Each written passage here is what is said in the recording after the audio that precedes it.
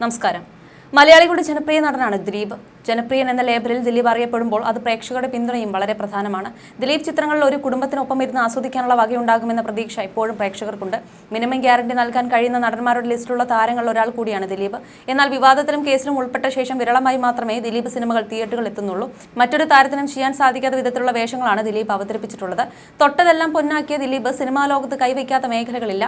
പക്ഷേ വ്യക്തിജീവിതത്തിലെ പാളിച്ച അദ്ദേഹത്തിന്റെ കരിയറിനും ബാധിച്ചു.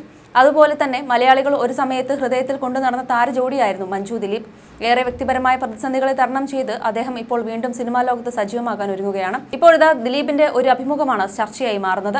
മലയാളത്തിലെ പ്രധാന താരങ്ങളെ അണിനിരത്തി സംവിധായകൻ ജോഷി ഒരുക്കിയ ചിത്രമായിരുന്നു 2020. താരസംഘടനയായ അമ്മയുടെ വികസന പ്രവർത്തനങ്ങൾക്ക് വേണ്ടിയുള്ള ധനസമാഹരണ ഉദ്ദേശത്തോടെയാണ് സിനിമ പിടിച്ചത്. ദിലീപായിരുന്നു സിനിമ നിർമ്മിച്ചത്. മലയാളത്തിലെ എക്കാലത്തെയും മികച്ച ഹിറ്റുകളിലൊന്നായി ചിത്രം മാറുകയും ചെയ്തിരുന്നു. പ്രതീക്ഷിച്ചതിനേക്കാൾ കളക്ഷൻ ചിത്രത്തിന് നേടാൻ സാധിച്ചു. ഇപ്പോഴിതാ സിനിമയുടെ നിർമ്മാണത്തിലേക്ക് എങ്ങനെയാണ് താൻ വന്നതെന്ന് പറയുകയാണ് ദിലീപ്.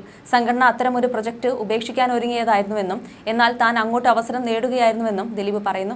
റെഡ് FM-ന് നൽകിയ അഭിമുഖത്തിലാണ് പ്രതികരണം. നടന്റെ വാക്കുകൾ ഇങ്ങനെ: 2020 സിനിമ ചെയ്യാൻ തീരുമാനിച്ചത് ഞാൻ അങ്ങോട്ട് ചോദിച്ചു വാങ്ങിയ അവസരമാണ്. 3-4 വർഷത്തോളം അത്തരമൊരു സിനിമ ചെയ്യാൻ അമ്മ സംഘടന വിചാരിച്ചിട്ടും നടന്നില്ല. ഒരു എക്സിക്യൂട്ടീവ് യോഗത്തിൽ ആ ഫയൽ ക്ലോസ് ചെയ്യാൻ പോവുകയാണ്. അപ്പോഴാണ് ഞാൻ ഒന്ന് ശ്രമിച്ചോട്ടെ എന്ന് ഇന്നസെന്റ് ചേട്ടനോട് ചോദിക്കുന്നത്. അദ്ദേഹം തിരിച്ചു ചോദിച്ചത് എന്താണ് നിന്റെ പദ്ധതി എന്നാണ്. ഞാനും തിരിച്ചു ചോദിച്ചു. അപ്പോൾ പറഞ്ഞത് 50 ലക്ഷത്തിന് ആര് പ്രൊഡ്യൂസ് ചെയ്താലും കൊടുക്കാമെന്നാണെന്ന്. ഞാൻ പറഞ്ഞു, ഞാൻ 1 കോടി തരാം, എൻ്റെ ശ്രമമാണ്, ഞാൻ ചെയ്യട്ടെ എന്ന് ചോദിച്ചു. അങ്ങനെ എല്ലാവരോടും സംസാരിക്കാൻ പറഞ്ഞു. പിറ്റേന്ന് ലാലേട്ടനോട് സംസാരിച്ചു. ഇത് ലാലേട്ടനും മമ്മൂക്കയ്ക്കും ചെയ്യാമെന്ന് പറഞ്ഞു. അപ്പോൾ ലാലേട്ടൻ പറഞ്ഞു, മോനെ നീ ചെയ്താൽ മതിയെന്ന്. അപ്പോൾ തന്നെ 10 ലക്ഷം രൂപയുടെ ചെക്ക് എഴുതി നൽകി. തൊട്ടു പിന്നാലെ രഞ്ജിത്തേട്ടൻ വിളിച്ചു.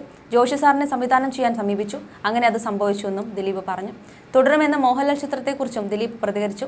തുടരുമെന്ന സിനിമ മാത്രമല്ല, എല്ലാ സിനിമയും ഓടണമെന്നാണ് പ്രാർത്ഥന. നല്ല സിനിമകൾ ഉണ്ടാകുമ്പോൾ ജനങ്ങൾ നമ്മുടെ കൂടെ നിൽക്കും.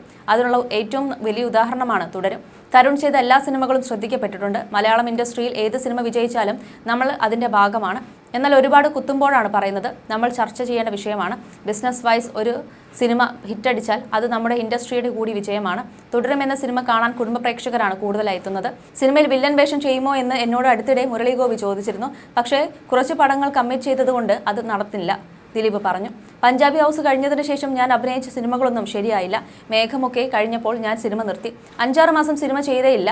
കാരണം നല്ല സിനിമകളൊന്നും ഉണ്ടാകുന്നില്ല, ഉള്ളത് ഇറങ്ങുന്നില്ല, വരുന്നത് പരാജയപ്പെടുന്നു, എന്ത് ചെയ്യും എന്ന അവസ്ഥയിലായിരുന്നു. ആ സമയത്ത് കുറെ കഥ കേട്ടു. ദോസ്ത്, ജോക്കർ, ഡാർലിംഗ് ഇതൊക്കെ ചെയ്തു. തെങ്കാശിപട്ടണം കഥ കേൾക്കാൻ പോയ ആളാണ് ഞാൻ. ഷാഫി കഥ പറഞ്ഞപ്പോൾ ശത്രുഘ്നൻ എന്ന കഥാപാത്രത്തിന്റെ ഇമ്പോർട്ടൻസ് തിരിച്ചറിഞ്ഞു ഞാൻ.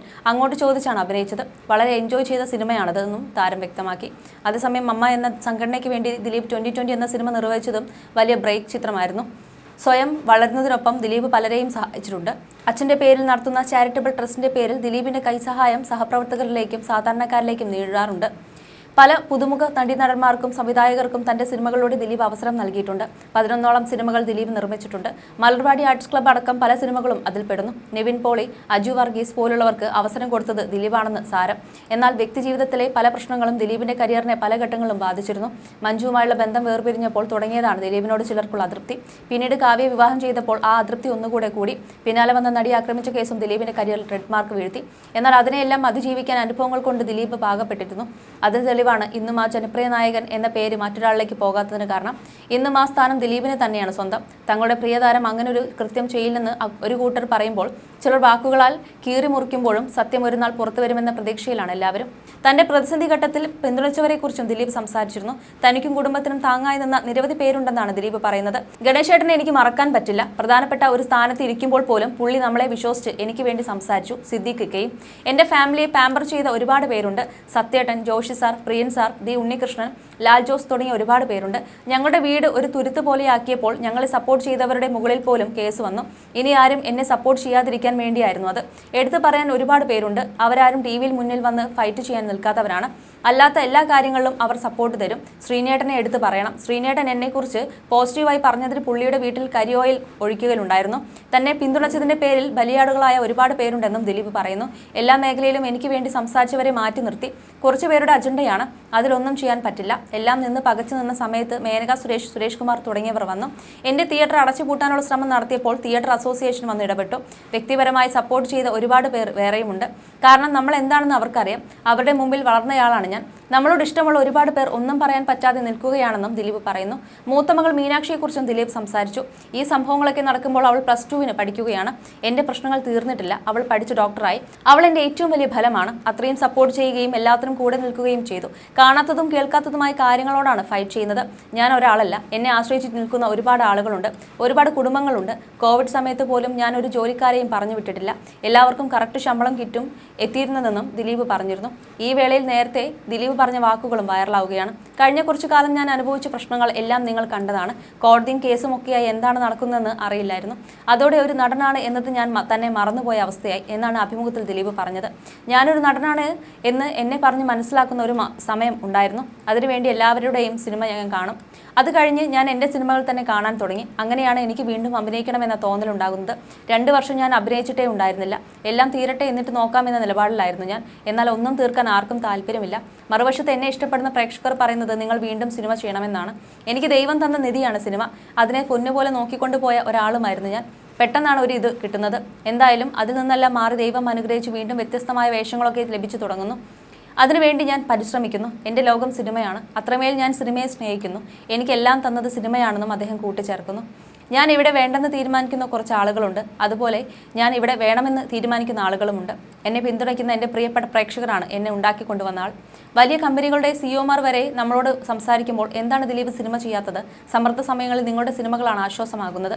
നമ്മൾ നോർമലാകും, നമ്മൾ ചിരിക്കും. നിങ്ങളുടെ ചില സിനിമകളുടെ എവിടെ മുതൽ വേണമെങ്കിലും കണ്ട് ആസ്വദിക്കാം എന്ന് പറയും. അത് നമുക്ക് കിട്ടുന്ന വലിയ എനർജിയാണ്. വീണ് കഴിഞ്ഞാൽ വീണ്ടും ചാടി എഴുന്നേൽക്കുന്നത് ആ ഒരു എനർജിയിലാണ്. പ്രേക്ഷകന് കയ്യടിയും വാക്കുകളുമാണ് നമ്മുടെ ഊർജ്ജമെന്നും ദിലീപ് പറഞ്ഞിരുന്നു. അതേസമയം ദിലീപ് കടന്നു പോകുന്നത് മോശം സമയത്തിലൂടെയാണെന്ന് ചിത്രത്തിന്റെ നിർമ്മാതാവ് ലിസ്റ്റൻ സ്റ്റീഫനും പറഞ്ഞിരുന്നു. കുറ്റം തെളിയിക്കുന്നതുവരെ ഒരാൾ കുറ്റാരോപിതൻ മാത്രമായിരിക്കും. പല ആർട്ടിസ്റ്റുകളുടെയും കൂടെയും ഞാൻ സിനിമകൾ ചെയ്തിട്ടുണ്ട്. ദിലീപേട്ടൻ എന്ന വ്യക്തിയുടെ കൂടെ ആദ്യമായിട്ടാണ് സിനിമ ചെയ്യുന്നത്. ഓരോരുത്തരുടെയും ചെറുപ്പത്തിൽ ഓരോരുത്തരെയാണ് ഹീറോ ആയിട്ട് കാണുക. എൻ്റെ ചെറുപ്പത്തിൽ ദിലീപേട്ടൻ വളരെ വലിയ ഹീറോയാണ്. എന്നെ സംബന്ധിച്ച് എന്നെ ഒരുപാട് ചിരിപ്പിച്ചിട്ടുള്ള ഹീറോയാണ് ദിലീപേട്ടൻ. അദ്ദേഹം അഭിനയിച്ച സിനിമകളുടെ ലൊക്കേഷനിൽ പോയിട്ടുണ്ട്. പിന്നീട് ഞാൻ സിനിമയിലേക്ക് വന്നു. പല നായകന്മാരുമായി സഹകരിക്കാൻ പറ്റിയിട്ടുണ്ട്. ദിലീപേട്ടനുമായി ആദ്യമായി സഹകരിക്കുന്ന സിനിമയാണിത്. പക്ഷേ നമ്മളൊരു സിനിമ എടുക്കുമ്പോൾ നിർമ്മാതാവിനെ സംബന്ധിച്ച് റിസ്ക് ആണ്.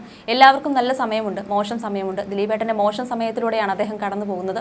അത് മറച്ചു വെക്കേണ്ട കാര്യമില്ല, എല്ലാവർക്കും അറിയുന്നതാണ്. ആ സമയത്താണ് ഞാൻ ഈ സിനിമ ചെയ്യുന്നതെന്നുമാണ് ലിസ്റ്റൻ സ്റ്റീഫൻ പറഞ്ഞത്.